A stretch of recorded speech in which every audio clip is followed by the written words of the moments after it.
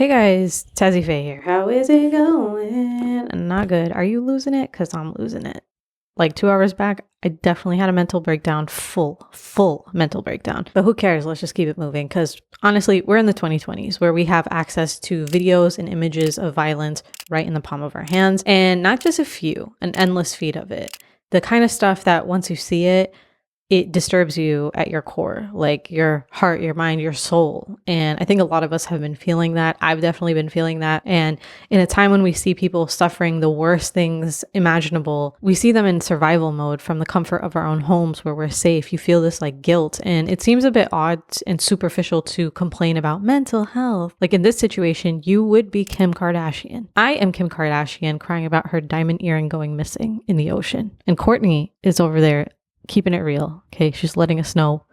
No. Diamond earring came off in the ocean and it's gone. And there's people that are dying. And I found myself thinking, maybe the revolution is calling. Maybe it's time to lean into the madness. It's time for our mental health to not be good. Maybe this is just necessary for change. Did you ever think that? Maybe it's a requirement. But in today's video, I'm going to share my thoughts on mental health being a first world problem, the selfishness associated with taking care of one's mental health, and the effects of being hyperconnected through social media and being online chronically. So I'm going to pose the question, is mental health a first world problem? Now, for some context, when people say first world, they're basically talking about countries that are associated with prosperity, democracy, stability, highly industrialized and capitalistic countries like the US. Is it a democracy? I'm very cynical these days. I'm just gonna, whatever. I'm gonna try to stay on track. Sorry. First world problems are when the richy rich complains about the flat tire on their new car that they had an endless amount of makes and models to choose from when they purchased it. Okay, it's complaining about the water taking too long to heat up, about the power going out for 5 minutes, 10 minutes, an hour, for the water not warming up fast enough. It's complaining about being bored of all the restaurant options that you have on your Uber app. And while I understand the concept, people are whiny and spoiled. There are still people who live in the US who are in poverty. There are people who work 3 jobs, are in crippling debt, are in this endless cycle of just being burned out. And Flint, Michigan is an example of not everybody having access to clean water. The electrical grid in Texas failed during that whole snowstorm, okay? And people in developed countries are not immune to experiences of life events, adversity, or just like general human pain. But I get it. It's not comparable. But I also feel like in America, there's this idea, there's this notion that people in non-first world countries are living these like sad little lives and envying all of our luxuries. But I think that sometimes we conflate people's desire for basic needs and human rights as they wish they had our toys, they wish they were us. But that's just not true. It's more complicated than that. And that being said, there's this idea that, people complaining about their mental health is a first world problem. First of all, everybody has a mental and everybody has a health no matter where they live in the world. And there has been an uptick in a mental health crisis in recent years. 40% of adults in America have experienced symptoms of anxiety and depression, and the percentage of children and adolescents with anxiety and depression has also risen 30%. So I would argue that mental health is not just a first world problem, but I think that a society that's super individualistic, focused on consumerism and materialism can definitely breed a type of approach to mental health that is very self-centered and selfish. And I do want to reiterate the point that I understand that there are problems that people face in other countries that people in the US just simply cannot understand. And I'm not going to deny that. But I do want to talk about this notion that taking care of your mental health is selfish. So when we consider being aware of what's going on in the world, if we take, for example, what happened with Ferguson, if we take, for example, what happened with George Floyd, it was a very intense time in this country. It was not a good feeling to see what we saw, to pull out these ugly truths about race and systemic oppression. But mental health is not an excuse to completely avoid any bad feelings and decide that you would rather live in your own little bubble and not bother yourself with everything that's going on in the world or things that us as a collective need to face and deal with. And Selena Gomez was recently called out for the same thing when it comes to Palestine because she is a public figure, which I talk about in my other video. If you haven't watched it, you should go watch that. But here in the US, I have seen this brand of mental health where people use general advice and things that they learn in therapy or on the internet to frankly act in selfish ways. While some of that advice might be helpful in very specific contexts, when we just take these random things and just do this brush where we paint everything with it. And I'm not saying that nothing you learn is not applicable to you, but like it's all about context, right? Like you can't just treat people horribly because blah, blah, blah, boundaries, and I put me first, and I'm going to cut people off at any little inconvenience, and I'm going to act like a jerk because my mental health is more important than anything else. And I think where mental health meets consumerism and it becomes commodified, it becomes this weird thing. It's all about buying things and like these products are going to help you fix your mental health. We try to make this perfect environment where you don't have to have bad feelings if you don't want to. And the answer is always to buy something, right? Like you're sad, go to Starbucks and buy a pumpkin spice latte and walk through the home aisle of Target. Treat yourself. Treat yourself. You don't have to be sad. You don't have to be sad because of what's on TV. You have the privilege of just changing the channel. As someone who grew up here, I can say the culture here is all about happiness. Right? There's like this obsession with happiness. I just care about my happiness. I just want to be happy. But that's so fickle. How do you build a society on a hamster wheel chasing something that's so fleeting when we're constantly promised this thing from buying things? And it does breed this selfishness when everything is just about the individual. It's individualistic. But the truth is, it's hard to be there for others when you yourself are feeling burned out. And there's so many people who are burned out. Even before the pandemic, healthcare workers were experiencing high levels of burnout, anxiety, and depression. Studies have shown that burnout has reached crisis levels in today's world, and it affects up to 54% of nurses and physicians. And these are the people in our society who are taking care of the sick, and they're burned out. And on average, it takes 11 years after the onset of mental health symptoms for someone to actually seek treatment in the USA, often due to prohibitive costs. And the administration is trying to make healthcare more affordable and accessible across all these types of health insurance. Like, for example, the CDC launched a new campaign to provide mental health care resources to healthcare organizations across the US to help better support workforces in 2023. It's not like we're alone in feeling this. There are larger resources. I like how I said we're alone, and I am not a medical professional, but it's fine. And then I want to flip it again, right? Like if healthcare workers in the US are feeling burned out with all the privileges that we have in a country like this one, then I don't think we can even grasp the mental state of those healthcare workers in Gaza, like what they're going through. Even if it's coming across our feed and we're watching these videos, we're seeing these people break down. It's so heartbreaking. It's like you can't even compare it. But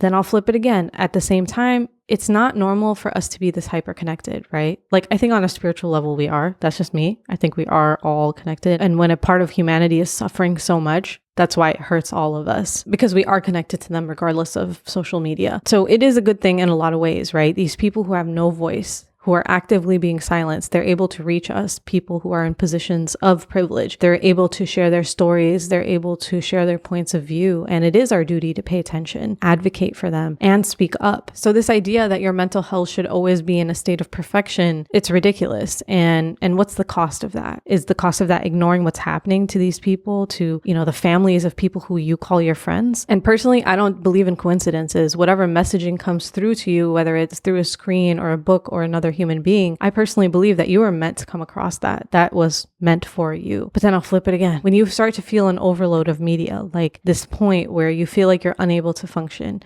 you don't even want to do anything at all, I would say that that's also not helping your community. Or maybe we do need to lead into the madness, and that's the only way change happens. To be honest though, negative news also plays the other way. It's also a huge part of the problem, which I'm going to get to. So let's talk about social media, news, and negativity. So I'm going to talk about my perspective, right? Like I grew up in a post 9/11 USA, and the way that news and media portrayed Muslims really shaped a lot of my experiences beyond that point. And unfortunately, every few years, we see a surge of media cycles that make Muslims public enemy number one. Or maybe it's always been that way and I just noticed, but I definitely notice, I do. And right now, Palestinians and anyone that supports Palestinians is considered the big evil. And American media amplifies this narrative, and it's not without consequences. A 6-year-old Palestinian boy was stabbed to death, not once, 26 times in his home by his landlord, and his mother was stabbed as well. And in Texas, a Muslim woman was sitting on a park bench and she was also stabbed to death. And I've even gotten these messages in my community groups and even in my friend group chats that a woman had a man throwing rocks at her car, and then another hijabi that I know, someone went up to her car window, started banging on it and cussing her out.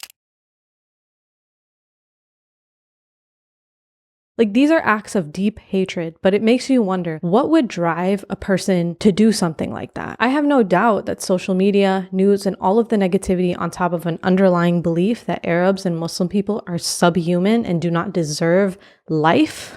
They do not deserve the right to life. I think that definitely plays a huge part. Negative news can skew a person's perception, and majority of news is negative. When we mix that with the mentality of a person, the state that their mind is in, their cognitive biases, look what happens. And I want to be clear, I'm going to talk about mental health in media, but I'm not excusing what these people did, nor am I going to say that like I know exactly what their mental states were. But what I do know is that it did not happen in a vacuum. In this article, the author talks about doom scrolling. For those of you who don't know what doom scrolling is, it involves compulsively scrolling through negative news or social media content, often leading to increased anxiety, sleep disturbances, feelings of helplessness, and a negative impact on mood. And this exposure to negative information also decreases productivity, like people become socially isolated, and it's like this cycle and pattern. To combat that, the recommendations are to practice mindfulness, take breaks, not get too sucked into it. Now, he also goes on to recommend that people should also read full articles, not just headlines. Now, most of us don't do that, but this is very applicable to what's happening right now. Like, people are definitely doom scrolling, and I have no doubt about that. I mean, I'm definitely doing it, but we're also all not experiencing the same reality because I don't know what's on other people's feeds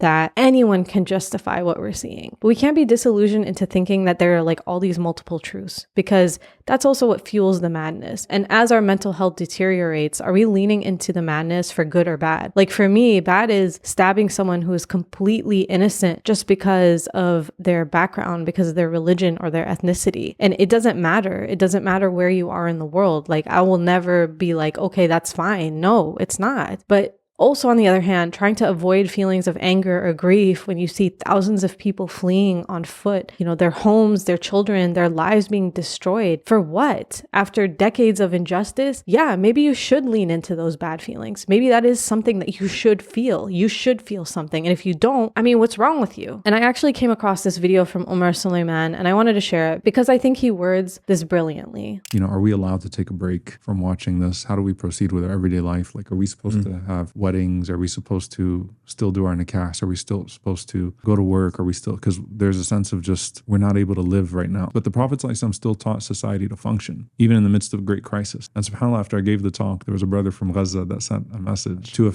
a relative of his in my community. So this wasn't someone directly to me, but he's in Gaza. And he was saying, I listened to the talk, and he said, Jazakallah khair. And he said, tell Shaykh Omar, min haqqikum alayna, from your right upon us is that we feel joy for your happiness. And min haqqina alaykum, from our right upon you is that you don't forget us even in your joy, that you make dua for us even in your joy. For me and the people in my inner circle, we've been watching videos on Palestine every day, and it takes a toll. There's no doubt about it. But there's still this guilt because we want to stay connected. Imagining what these people are going through, like, we can't even compare what we're feeling. So there's this desire that we don't want to turn it off, but we also have to understand what are our limits and what's productive and when are we crossing that limit of it not being something that is beneficial. So in conclusion, I don't think mental health is a first world problem. I think the way that people interpret taking care of your mental health sometimes can be really out of touch and ridiculous, but mental health is still a problem in a place like the US, and social media, negative news cycles, social problems here definitely play a part. But for anyone who is feeling like their mental health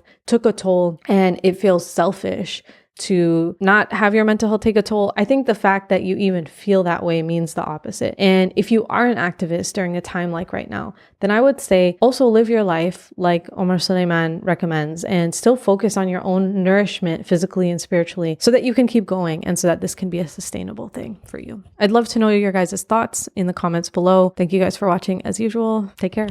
Bye bye.